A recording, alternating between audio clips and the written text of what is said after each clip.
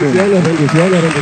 Estamos aquí, en su podcast nuevamente, rompiendo esquemas desde el malecón. Me voy a poner las gafas por el sol, sí, aunque luego me las quite. Exactamente. Sí. Para mantener sí, porque estamos en un ambiente soleado. Que estamos soleados, está haciendo mucho sol. Siempre hacemos nuestra transmisión desde Santo Domingo.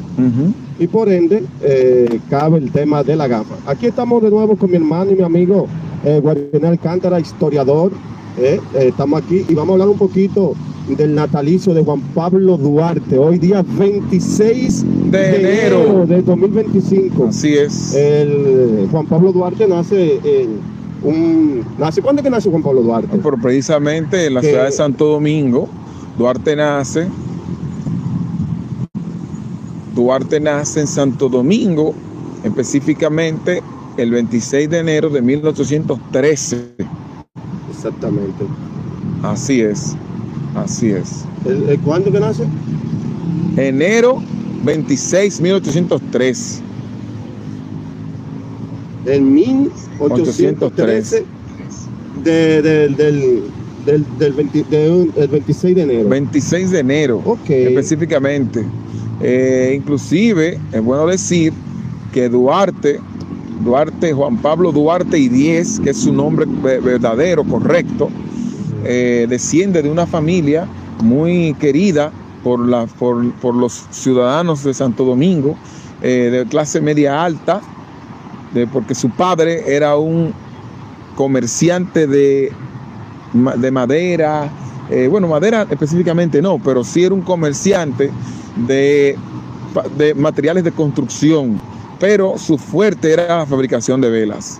Tú sabes que en ese tiempo no existía la electricidad, por ende el negocio de las velas era fructífero. Óigame, pero claro que sí, ellos tenían, vamos a decir así, como un monopolio. Por eso era una familia que estaba en una buena posición económica. Okay. Así es. Y su negocio principal era el negocio... La venta de la fabricación de velas, okay, que solo ellos sabían hacerla. Ok, ¿y esa era la única fábrica que había? Bueno, no era la única, pero sí ellos eran prácticamente los únicos que vendían, okay, esas velas, sí. Ok. Y ellos vivían de la vela y tenían eso como fábrica y tenían eso como su negocio familiar, ¿o qué? Era un negocio familiar específicamente, y eso le hacía tener a ellos un buen estatus a nivel económico. Imagínate que ese es prácticamente el bombillo de esa época. Okay. La vela era prácticamente la manera en cómo ellos podían, toda la gente podía alumbrarse en las noches. Por lo tanto, era un asunto del día a día, era como vender pan. Okay. Que el pan tiene su venta, ¿verdad?, diario.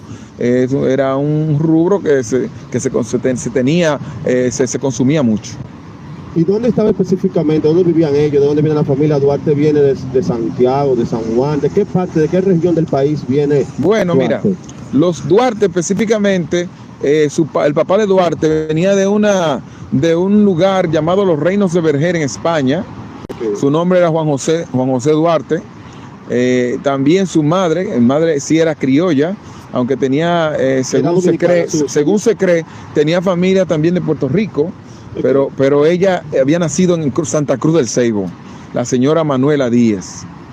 La mamá de Duarte era del Ceibo, de Santa Cruz del Ceibo, sí. Sí, el papá de Duarte era de los Reinos de Vergel en España. Ok, de allá de Europa, de España. Ajá. Okay. Aunque yo soy de los pocos historiadores que digo que ojalá el gobierno dominicano me permitiera ir a España a averiguar en los Reinos de Vergel sobre la familia de Juan José Duarte, que debíamos hacerlo para saber sus orígenes también tienen que ver con orígenes judíos, ya que en los Reinos de Vergel para los años de 1400 existía una gran comunidad judía viviendo en ese lugar. Inclusive casi la mayoría de la población de los Reinos de Vergel era judía.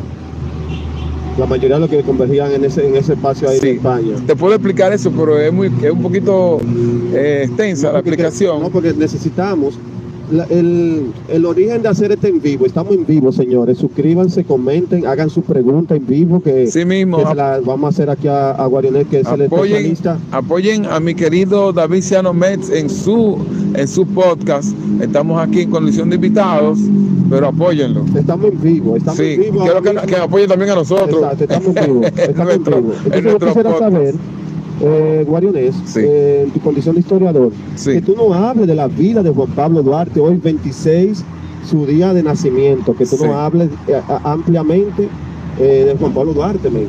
Sí, mira, te decía con respecto al papá de Juan Pablo Duarte que para los años 1397-1400, en España se presentó lo que se llamó la peste bubónica, la peste negra.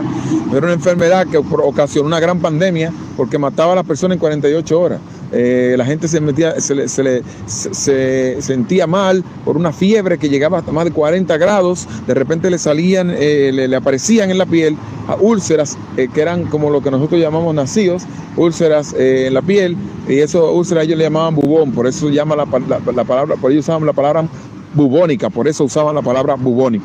Entonces, rápidamente te digo que lamentablemente, según ya para el siglo XII, ya los judíos habían llegado a la península ibérica, al cono sur, y estaban en España. Luego que España se consolida, que se vuelve un reino con los casamientos de los hijos de los reyes del reino de Castilla y el reino de Aragón, se consolida el imperio, o lo que fue el reino español, que luego batalló con las demás civilizaciones que estaban en la península ibérica y tomaron los territorios. Muy bien.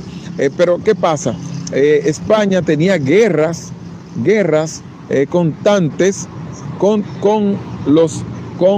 el reino otomano, el gran sultán Suleimán, que en ese tiempo estaba ya en auge. Estoy hablando de los años 1400 ya 50, 60. Ahí en ese momento, en ese pleno momento, hay un lugar en España, en la parte norte, que eran unos reyes, era una especie de frontera, y por eso la reina y el rey designaron una serie de maestros constructores que hicieran castillos en todo lo que era el litoral y la parte de esa frontera, para que esos castillos sirvieran de muro de contención en caso de que por la parte del Mediterráneo llegase una invasión otomana o de los argelios de Argelia, ¿verdad? A lo cual ellos llamaban moros. Entonces, es importante que se sepa que los judíos comenzaron a ser perseguidos, ya que la comunidad judía que estaba presente en España no se enfermaban, se enfermaban muy poco, y al enfermarse tan poco, en ese momento, entonces un cura llamado Vicente Ferrer y un cura llamado Fray Antonio de Martínez comienzan a esbozar en la Catedral de Sevilla ciertos sermones antisemitas, antijudíos, ya echándole la culpa directamente a los judíos, porque supuestamente ellos habían matado o asesinado a Jesucristo, cosa que hasta es risible, pero ellos